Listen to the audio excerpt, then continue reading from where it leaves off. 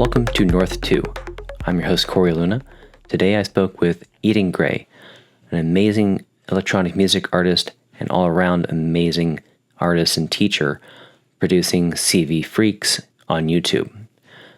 Today we spoke about Eden Gray's upcoming album, In the Forest of Fangorn. And we get into some of the tracks of how she produced them, some of the history of her other albums, and much more into the broad spectrum of the art and amazing person Eden Gray is. You've probably seen Eden Gray's work through either in Europe, London, Germany, Superbooth, and also in the States, Ohio, Miami, Florida. And we had a wonderful conversation. She's a great person, and you're going to hear the many different places that and collaborations that Eden Gray has been a part of. This was a nice conversation we had early on a Saturday morning. Obviously, we had a little time difference, and I had to get up a little early, but I'm used to that, and that's totally fine. But it was really fun. This is a bit of a rebrand for us. North² is now, or we'll be calling what was previously called North Beats. So please enjoy this interview with Eden Gray. Joining me today, joining me on North² for Piqued.fm. How are you doing this morning? I'm great.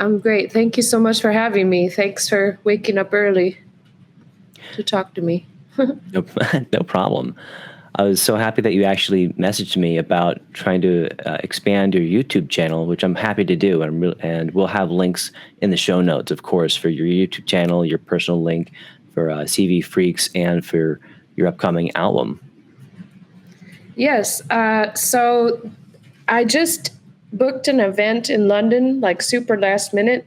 And luckily, a friend who performed, he recorded all the sets. So then I spent about a week editing them and uploading them. And that's when I was like, okay, this is really cool. Like, I really want to share this. I want this channel to grow. I want to start focusing on recording a lot of people's live sets from the CV Freqs events and putting them on the channel, as well as just little patching tip shorts and, different artistic kind of visualize things. I want to get into visualizations and stuff, but yeah, I'm really excited about the album.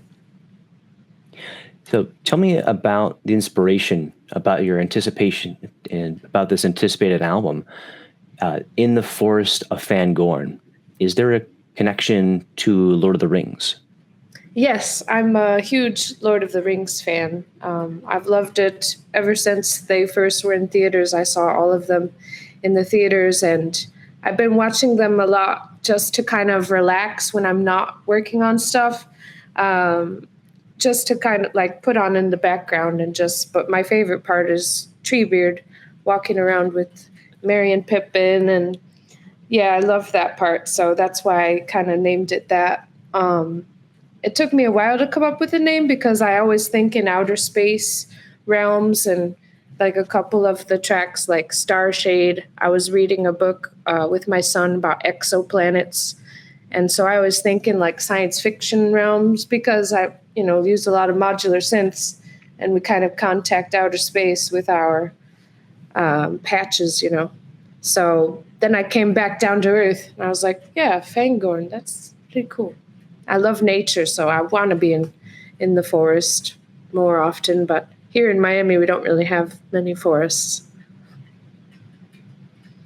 You're in Miami? Yes. Okay. I couldn't remember. I think last time, a couple of years ago, I wasn't sure if you were in Boston at that time, but Miami. Oh, okay. I was in Ohio for a couple years. Oh, okay. And yeah, there were some nice forests there, some nice kind of landmarks, cliffs, and weird stuff like that. Not really mountains, but yeah, it was nice there. Nice nature. Here it's just tropical. So yeah. Yeah. While I was researching your music, last night I was playing your single Rainshine, and while I was preparing dinner with my partner, and she said, "This track is sick as fuck." Oh, So, nice. That's cool.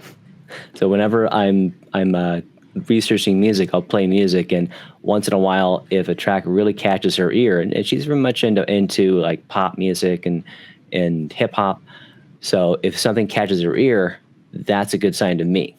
So, and as I was listening to this, like, of course, Rainshine to me has a lot of elements of 80s like synth pop. I love the bass line. It's very catchy. The rhythms, the arpeggios are really awesome in this. And I love the vocoder you used on Rainshine. That really hit to me. Yeah, this track is. Hmm? Go ahead and please tell me more about your track Rainshine. Okay, tell her thank you very much for the compliment, and I'm glad she likes it.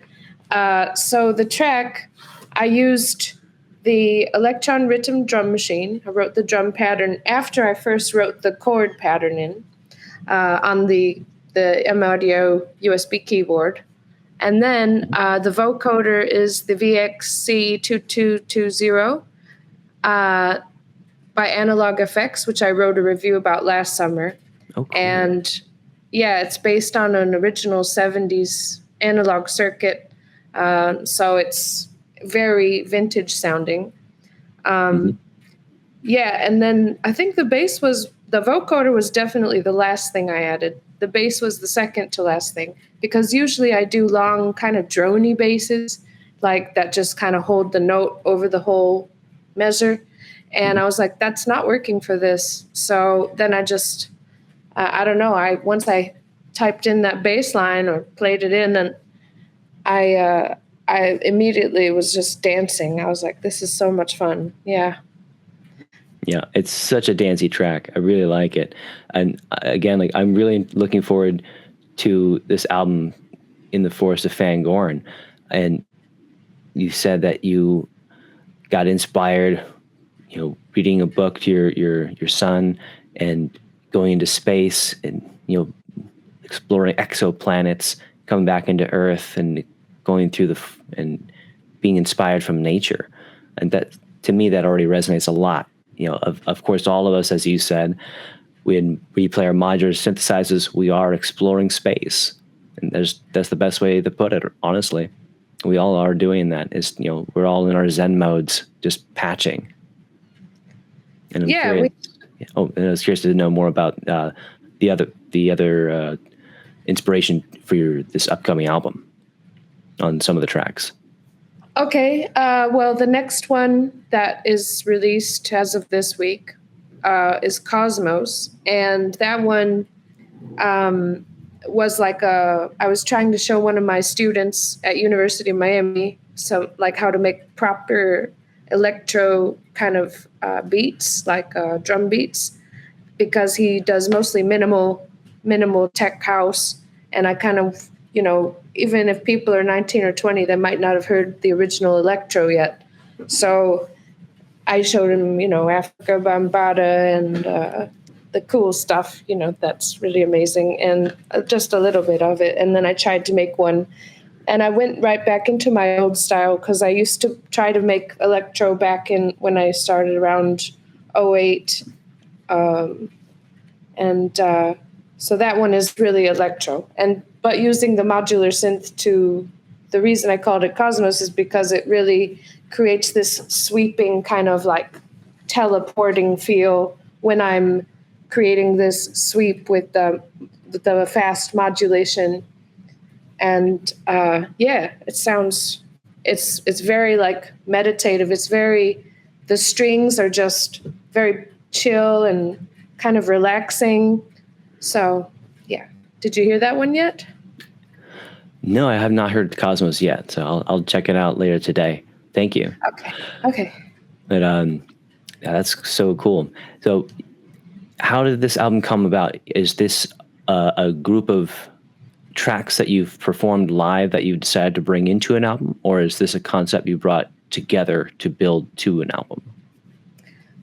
This is all different tracks, like a concept. I never performed any of this live. Also, I forgot to mention, I'm using the grandmother Moog grandmother ARPs on Rainshine. Also, I'm using the grandmother on a few tracks. Yeah, so the arpeggiator on there is really good. Very cool. Moog grandmother. And you had been playing, before Superbooth, you played a show in London earlier this year?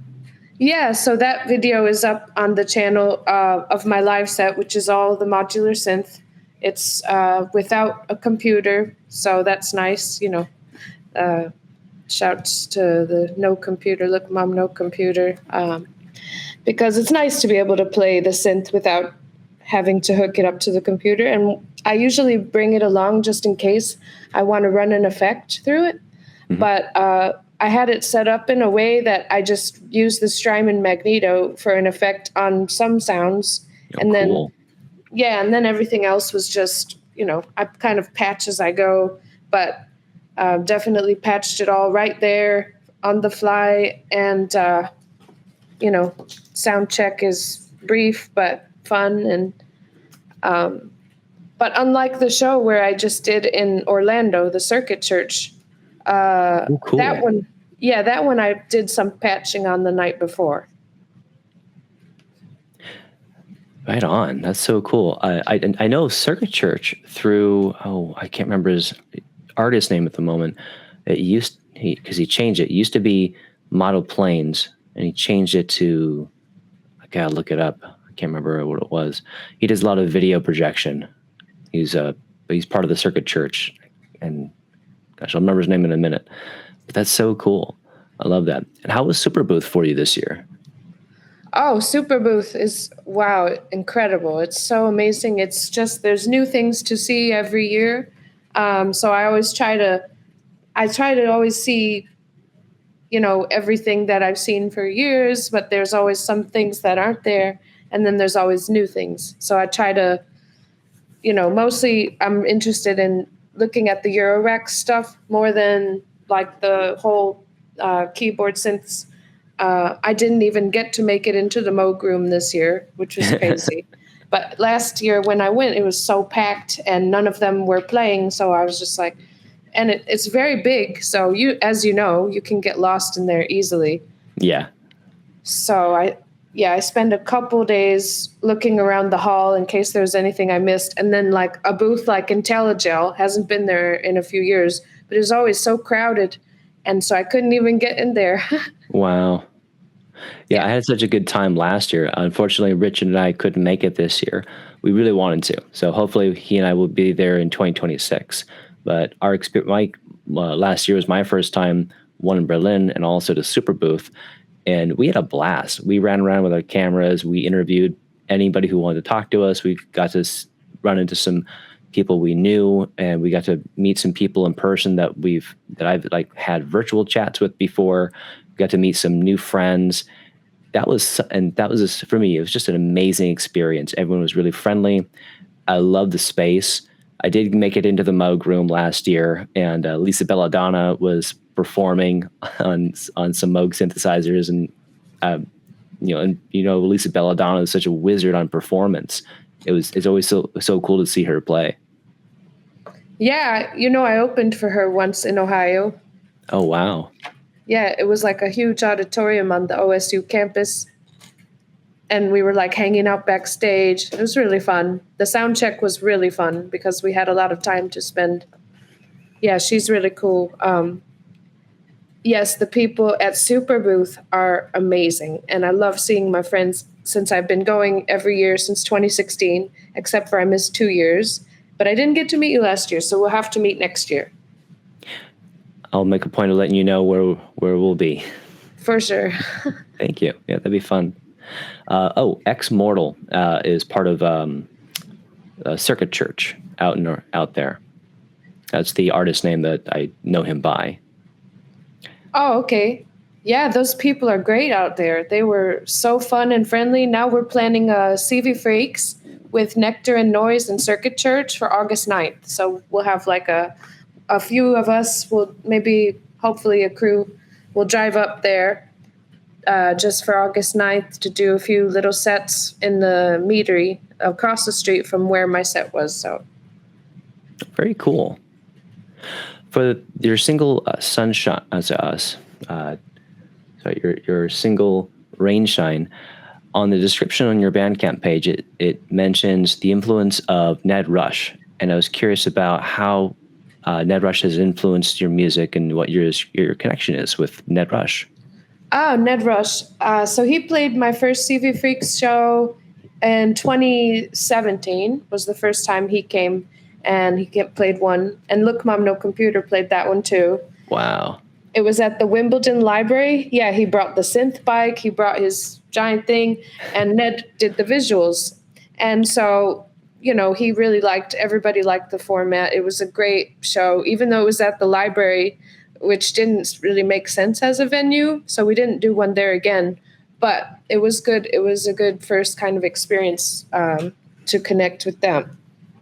Actually, Look Mom No Computer had came to one before, but that was the first time Ned Rush was there. And so then when I had Ned Rush play another one at House of Vans in London, that was really, really a fun show. And then he started his More Kicks Than Friends during the pandemic, which I played a couple times, a live modular set on his live stream. And then then I had him as a podcast guest, and he gave me a couple of his sample banks. So I saved them for years and I kind of left them there and didn't touch them for a while. And so I ended up using, I think, three of the tracks, or maybe four. I know it's Rainshine uses a Ned Rush sample from his Errors sample bank. It uses a couple of them. Those nice kind of little textural glitchy effects in the background that make a nice percussion. Yeah. And then my other tracks, Dub Life uses one of a sample from his doubles of the drums are from him. And then another track called Unbroken? Broken. Yeah, Broken. And that's very trip hop, and that also uses one of his samples. So he makes really good sample banks, really good tutorials. He's a very inspirational figure, and he's just hilarious. He's a lot of fun. Cool. That really good British kind of sense of humor is just great to me. Very cool. Well, hopefully I'll get to meet him someday. He sounds like a fun person to chat with. Yeah, he's a lot of fun. Nice. I was noticing on your Bandcamp last night that you have a small series of Eating Gray dolls for sale. I was curious if you could tell me a little bit about how those came to life for you. Oh, the dolls. So the dolls, when I did my first degree, it was in studio art, and we did a sculpture class, which was wood, metal. I did painting, drawing. But when I saw this movie called The Science of Sleep, there was a character in the movie who was making these kind of stuffed little objects and characters. And so I really loved that movie. And so when I first went to England for my first study abroad trip back during my first art degree, I had made the first one right before I left. And then I made the second one out of an airline blanket when I got there, because I had brought along some needles and thread. And I just rolled up the blanket and sewed it into a little person. And I loved them so much. I was just like, oh, these are like little friends for me. And they didn't have eyes. They didn't have mouths. They were just like little figures. And so then I got back and I made a third one. And then I made a fourth one, and I would show them to people. Sometimes they're like, oh, this is cool. And then you can add buttons. I was like, okay, so I'll add button eyes. And then I got into embroidery, and then I started putting mouths. And then I started getting different, I would use mostly recycled materials in the beginning, but then now sometimes I will pick out a fabric that I like and make one if I'm in the mood. But the funny thing about my dolls is somebody has just asked me to show them in a gallery down in Wynwood in Miami. So that's really nice. And he's also a musician. So we're going to have a CV Freqs in there and show my dolls. And we recorded some really nice outer space ambient music yesterday, like kind of like experimental free jazz. Daniel Fiorda is his name. Yeah, in the Lelia Murdoch Gallery. Wow. Yeah. That's so nice. Yeah, I love my dolls, but I gave most of them away. So I think I have about, I don't know, 30 or something. But a lot of people have them. So people that know me, a lot of them have, some of them have more than one. I was admiring I only saw 3 of them on your Bandcamp page, and I was admiring that the different textures and colors that you've and the patterns of fabric you've used for all 3 different ones that I saw.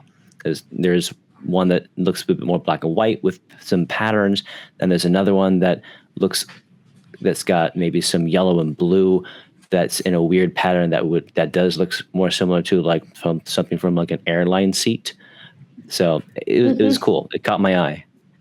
Yeah, I do. I like them, and they're kind of a way different activity than making music. It's more of a relaxing kind of meditative thing when you just sit and listen to something, but you can still keep your hands busy working on something that's not the phone or the computer. Oh, I know exactly what you mean. My degree is in photography, and I love doing macro photography.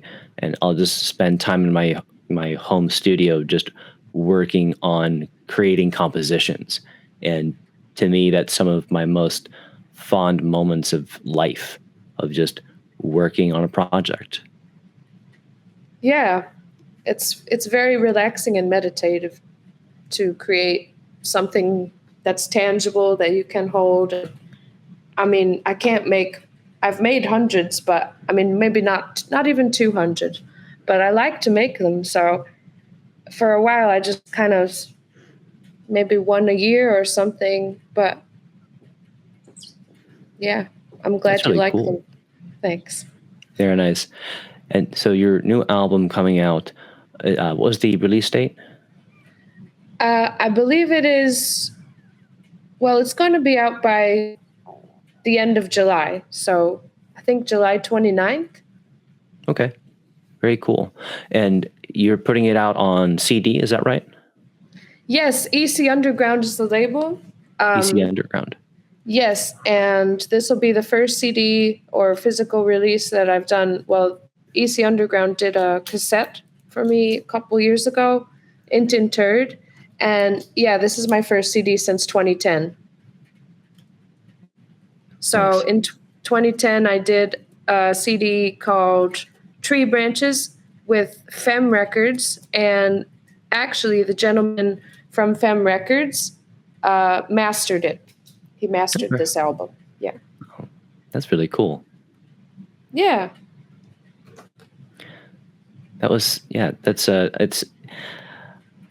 It's not everyone making a physical release anymore. So putting it on CD is cool.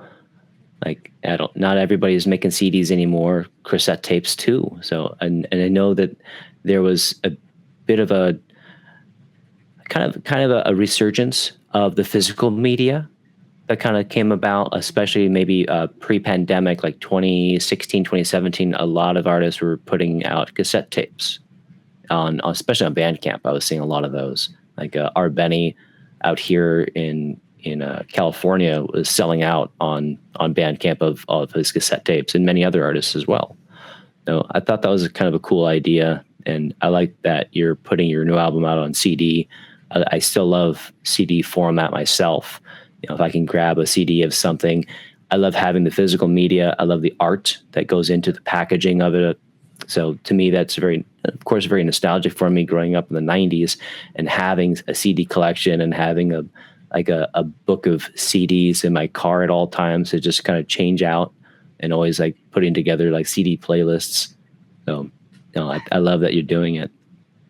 Yeah, the art is fun to I'm really happy to have finally something physical. Of course, I've always been dreaming for a vinyl, and maybe one day I'll manage to figure out how to. I just thought when I put some music on vinyl, it feels like all of my music, since I have these few ambient, Aphex Twin records, and I just, when you watch the vinyl going around, I could really see my music working as a vinyl, but they're very costly, so I've just got to figure out one day how to, since I'm really happy to be involved in EC Underground, but trying to launch CV Freqs now as a label too, a sub-label of EC Underground. Oh. Probably. Yeah, because CV Freqs has a compilation that I've been working on for about 5 years, which is going to be released as a cassette very soon, and it's not been announced yet. The artists know, because I got their checks years ago, and it's just taken a really long time. So that's exciting. That's really exciting. I'm looking forward to eventually hearing that compilation. I think it's really great to put a compilation together of the artists you know. It's something always real special to me. I did that with a couple of friends during the pandemic, and that was a large project, much larger than I think any of us had really anticipated it to be. But it also is really a time capsule of the artists that you know at that time, putting out a compilation like that. Oh, that sounds really cool. Yeah, it's exciting, and that'll be a cassette as well on Finn's label. Finn Shakespeare, he makes the Crick Future Sound Systems. Yeah. Oh, that's so cool. I love that. Yeah. I love them. Wow. Totally. That's so cool. I love it. I was, again, researching your music. I was listening to one of your older albums, Tactical Dimensions. And again, I was playing it like last night as I was like kind of winding down to getting ready for bed. And my girlfriend says, "Is this Eden Gray too?" I said, "Yeah." She's like, "Yeah, this is good." Oh, awesome. Yeah, tactile dimensions, So I did color, the cover is a colored pencil drawing. Yes, I used a vocoder on that one too, but it's the Waldorf STVC, which I was trying to really explore different, and it was a bit too, it was too bright and shiny for the vocoder I have now. The analog effects is much warmer. But yes, it sounded good in that one song, See in the Void of Space. That's the song with that vocoder on that. Yeah, I like that album. It's short and sweet. Triplicate Records. Yeah, I've done a couple for them. They're up in one of these, Illinois. That's where they are. Triplicate. Very cool. Yeah. Triplicate Nice. Records. That's really cool. Yeah. That was, these are really fun. Putting together albums, and you've put out a lot. You've been very prolific over the years of producing music and a lot of art, beyond music, of course. And I'm really excited to know more about the work that you're producing. Thank you again for sharing all this. This is really, really fascinating information. Oh, I'm so glad that you appreciate it. I'm really glad that people appreciate my work, because I do a lot. And yeah, it's kind of just like I keep making stuff because I keep growing in that process. And when I was doing physical art, I would run out of space. I had stacks of paintings and boxes of sculptures, and music doesn't take up any space. It only takes up space in our environment, in our mind, but not like actual space where you have to, have it collecting dust and whatnot. Yeah, I've put out a lot, and I know it might be too much for some people to understand. I was very tempted to take down my lost tracks just because I feel like I don't really think they need to be up there anymore. But people are like, a few of my friends are like, just leave them there. Maybe somebody will like them, you know. Yeah. The lost tracks were pretty much just tracks that I made all throughout my master's and PhD that I just never released. Because I didn't even put anything on Spotify until right before I finished the PhD, which is, the pandemic. That's when Yeah. I started putting it on all the platforms and like seriously self-releasing, because you can't wait around for a label forever. And I would send things to the labels, and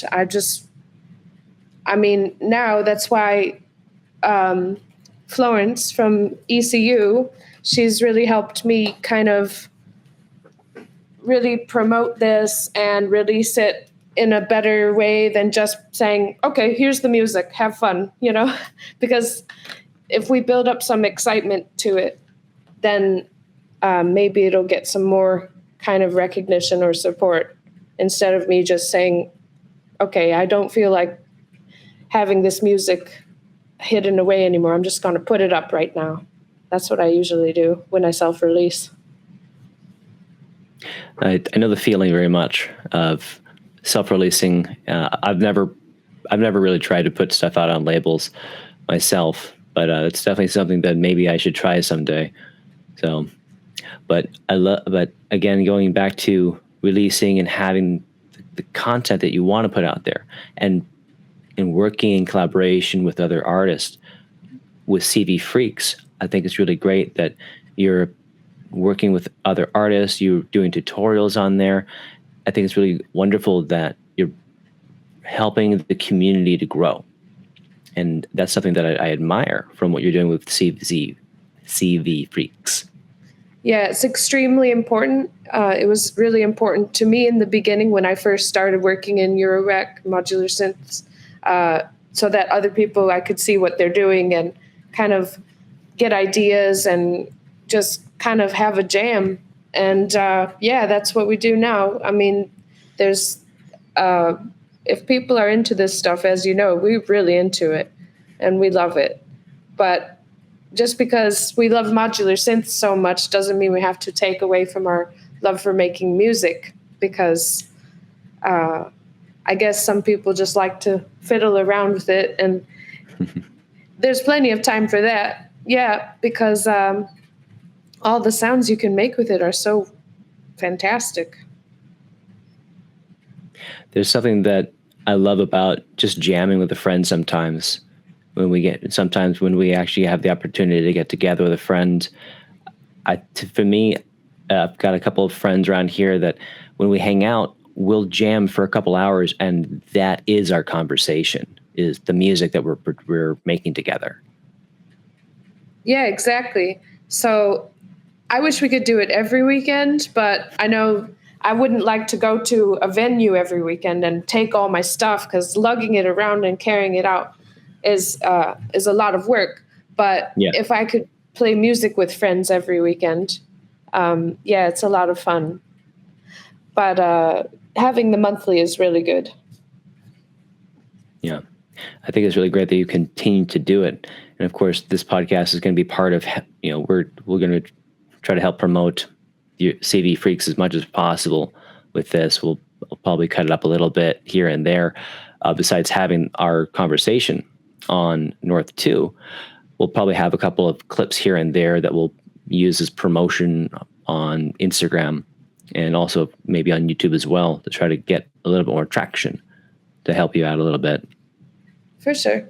Cool. Yeah. Thank you. I really appreciate that. Yeah. And also out here in California, another friend of mine, a DJ friend of mine, Chris the Junglist, he's been doing music for a long time and wanted to get back into it. And so he asked me to help him out do a production called Ground Up, where we've done a couple of shows out here. And the idea is where he bought a short bus, like a short, like school bus, and he converted it into pretty much a mobile music studio, not like recording, but more for performance. So we've done a couple of sessions so far, either like outside of his house or at a park near his place, where we've used generators for power, and we've got speakers on the inside of the bus. And he said, bring your friends out to perform all this awesome electronic music I keep hearing about. So we've done over the couple of shows we've done. I've brought a few of my friends. Some of them are playing electrons. Some of them are playing Eurorack like I am. And one of my friends brought out like his Moog Fatty and a couple of other awesome synthesizers. And we just basically made like a day picnic out of it. And this is what it's kind of developed as a family-friendly, like Saturday afternoon at a park from like 2 to 6 p.m. My friend does barbecuing. Everyone hangs out and has a drink or two, if that. And kids are running around. Last time we did it, my friend's daughter, she's about 3 years old. She says, Corey, come over here. I have to put tattoos on you. So she kept on putting all these like Disney characters like on my arms and my legs. I'm like, yeah, okay, that's cool. and to me, fun.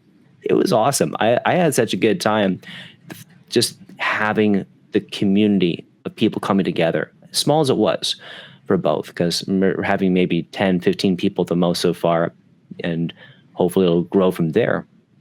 But just that small experience so far has been, to me, very rewarding, and seeing that I'm able to get a few of my friends from the music community out to perform, that want to perform, of course.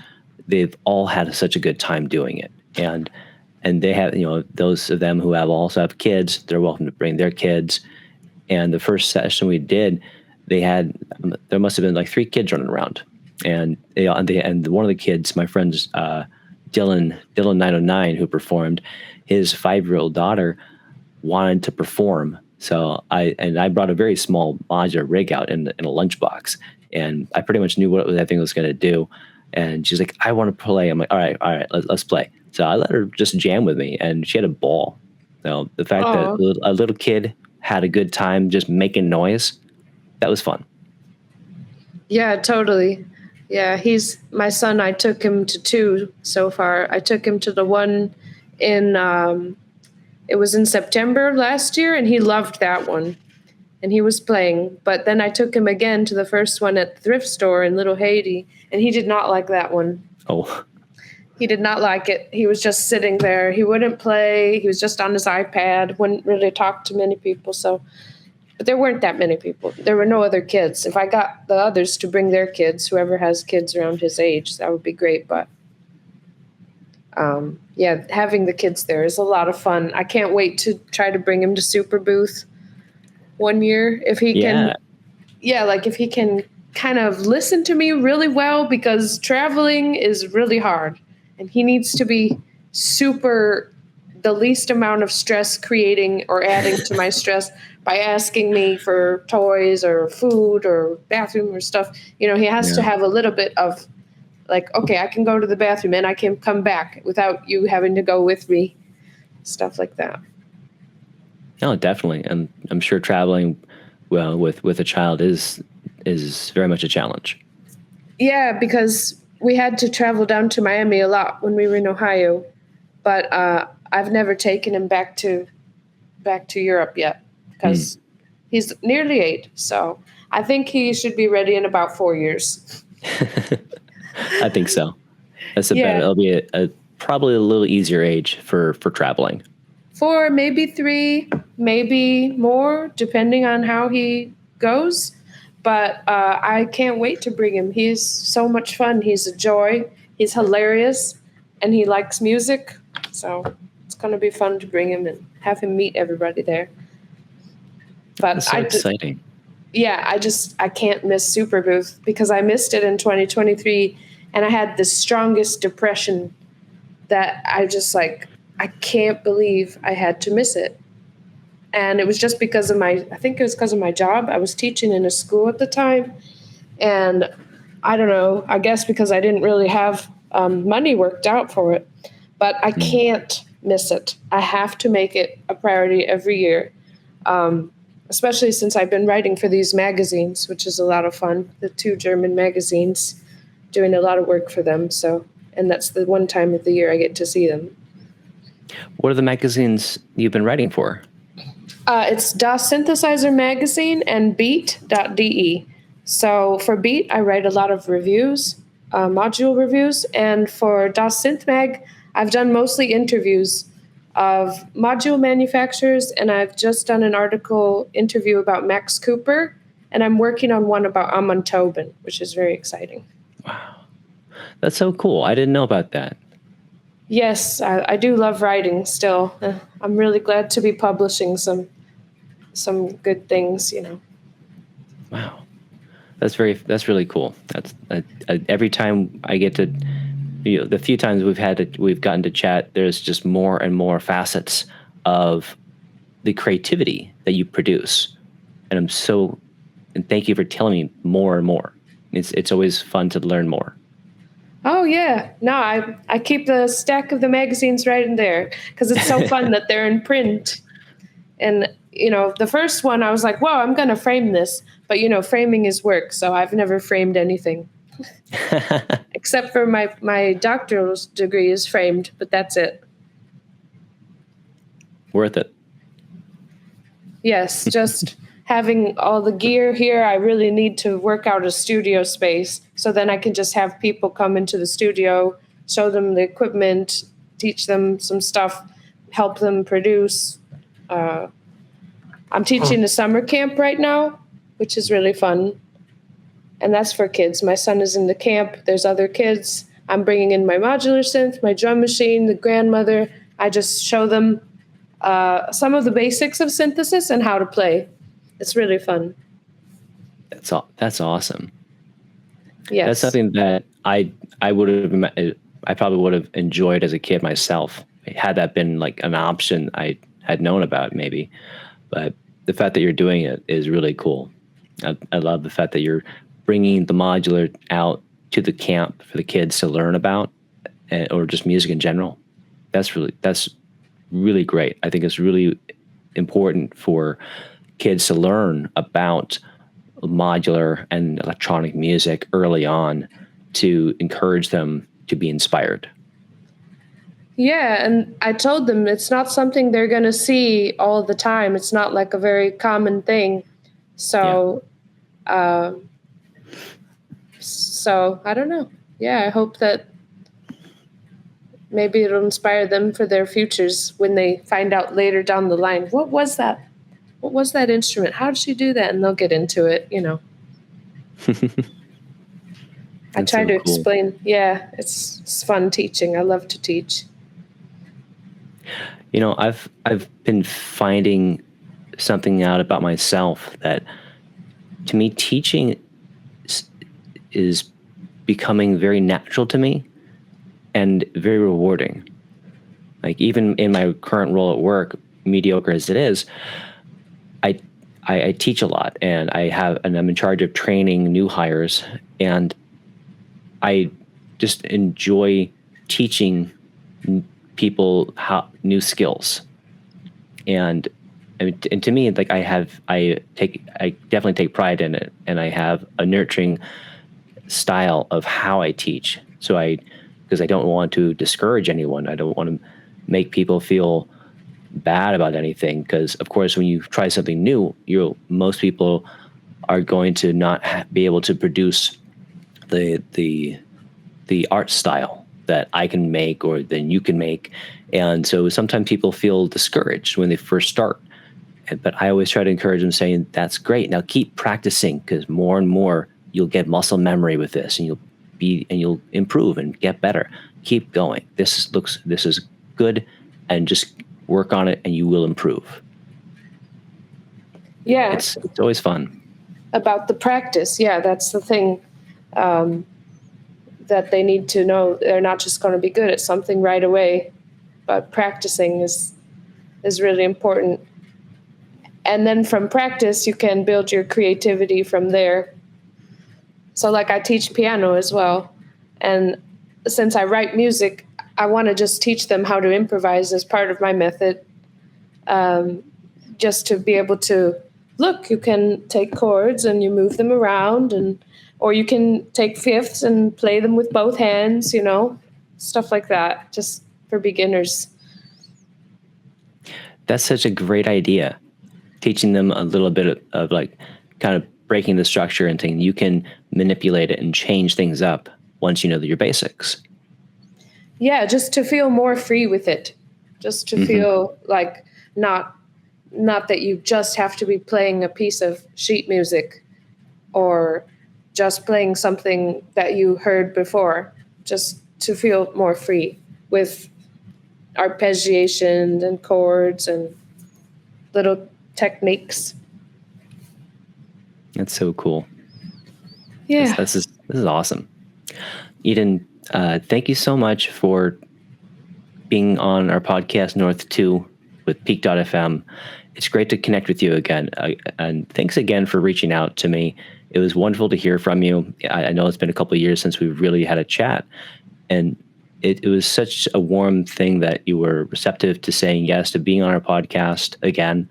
And this has been just a joy to chat with you for a little bit. And I'm really looking forward to hearing the full album in the Forest of Fangorn when that comes out in late July. I'm really looking forward to that. Thank you so much for being here today.